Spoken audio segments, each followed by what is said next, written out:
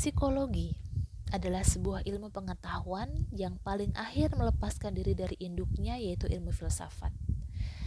Ilmu psikologi resmi diakui sebagai sebuah disiplin ilmu yang berdiri mandiri ketika Wilhelm Wundt mendirikan sebuah laboratorium di Leipzig, Jerman pada tahun 1879.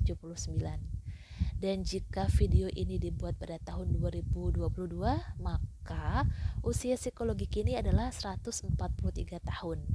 Dan bagi sebuah ilmu pengetahuan, angka 143 tahun tersebut merupakan angka yang masih relatif muda.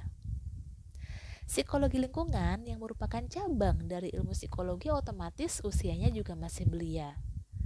Kalau kita telusuri bagaimana perkembangan dari psikologi lingkungan modern, kita tidak bisa terlepas dari pemikiran dua orang tokoh, yaitu Egon Brunswick dan Kurt Lewin.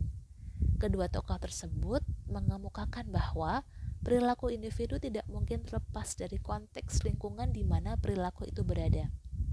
Kurt Lewin kemudian merumuskan teori yang bernama teori Medan, di mana di situ dijelaskan bahwa perilaku adalah fungsi dari organisme atau individu dan environment atau lingkungan. Dan berkat teori ini, Kurt Lewin dinobatkan sebagai bapak psikologi lingkungan modern pada tahun 1931. Pemikiran Kurt Lewin tersebut kemudian mengilhami dan menginspirasi pemikir-pemikir lain yang tertarik dengan kajian psikologi lingkungan untuk mengembangkan teori-teori yang bisa mendukung kajian tentang psikologi lingkungan.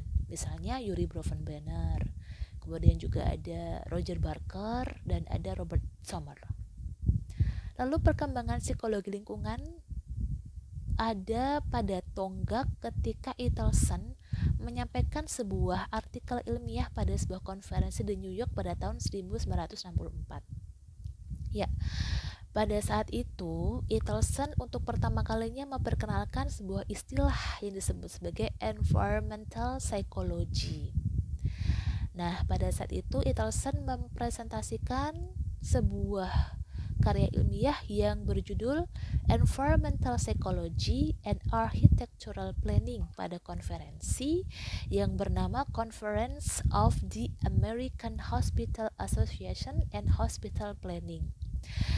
Itelson dan kawan-kawannya meneliti bagaimana sebuah desain rumah sakit itu memiliki hubungan dengan perilaku pasien yang ada di dalamnya.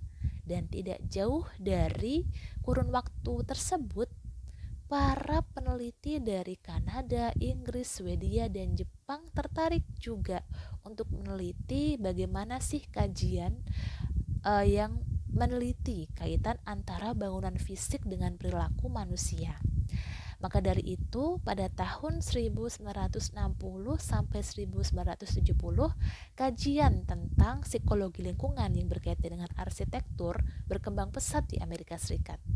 Dan kemudian, tidak hanya di Amerika Serikat saja, peneliti-peneliti di seluruh penjuru dunia yang tertarik dengan kajian psikologi lingkungan pun mulai meneliti tentang topik-topik psikologi lingkungan tersebut. Pada awal kelahirannya, minat riset para peneliti dalam kajian psikologi lingkungan memang bernuansa pada arsitektur ya. Bagaimana pengaruh desain sebuah bangunan fisik akan mempengaruhi perilaku manusia yang ada di dalamnya. Tapi sekarang, minat riset tersebut bergeser menjadi minat kepada topik-topik yang berkaitan dengan isu atau permasalahan sustainability lingkungan.